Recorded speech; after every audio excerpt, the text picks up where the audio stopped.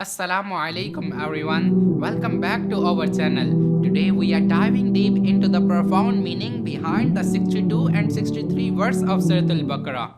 إن الذين آمنوا والذين هادوا والنصارى والصابئين من آمن بالله واليوم الآخر وعمل صالحا فلهم أجرهم عند ربهم ولا خوف عليهم ولا هم يحزنون وإذ أخذنا ميثاقكم ورفعنا فوقكم الطور خذوا ما آتيناكم بقوة واذكروا ما فيه لعلكم تتقون.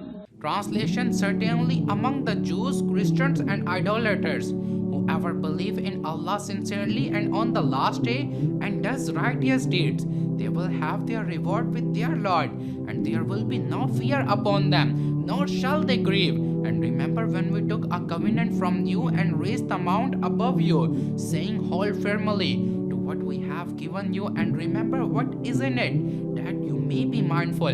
وَإِذْ أَخَذْنَا مِيثَاقَكُمْ, and remember when we made a covenant with you. In this verse, the Jews are being reminded of time when Allah Almighty took a covenant from the children of Israel that they would follow and act upon the Torah. However, they rejected its commandment despite seeking such a heavenly book which detailed the law of Sharia and the rituals of worship.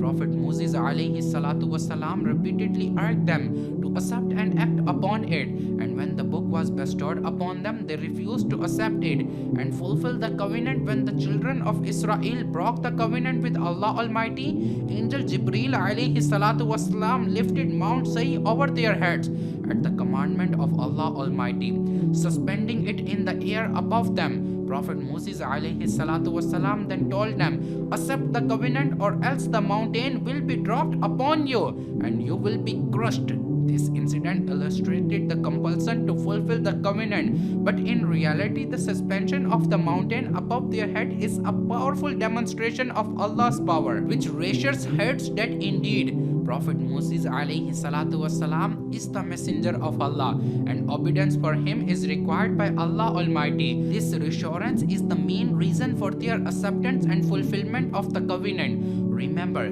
that accepting religion cannot be forced, but after accepting religion, you will be forced to follow its command. Understand this by the example that when someone enters a country, the government does not force them to come into the country, but once they are in the country, the government will compel them to obey the law. Same way, encouragement to follow the rules of the Holy Quran. Allama Isma'il Haqi rahmatullahi ta'ala alayhi says, the purpose of Allah's book is to act according to their demands, not just to recite them verbally. An example of this is when a king sends a letter to one of his governors, commanding him that a place be built for him in a certain city. When the letter reaches the governor and he does not build the place according to the command given, but continues to read the letter every day, then when the kings arrive and finds no place, it is clear that the governor deserves reprimand or punishment, because despite reading the king's demand, he did not act upon it. Similarly, the Quran is like that letter in which Allah has commanded his servants to establish the pillars of religion such as prayer, zakat, fasting, etc.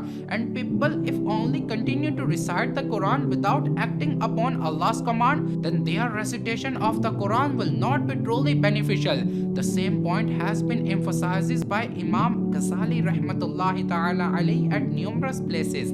The wisdom and guidance found in the 62 and 63 verse of Surah Baqarah are truly profound. May the lesson from Surah Baqarah enrich our lives and guide us on the straight path. Until next video, stay blessed and keep seeking knowledge. Peace be upon you all.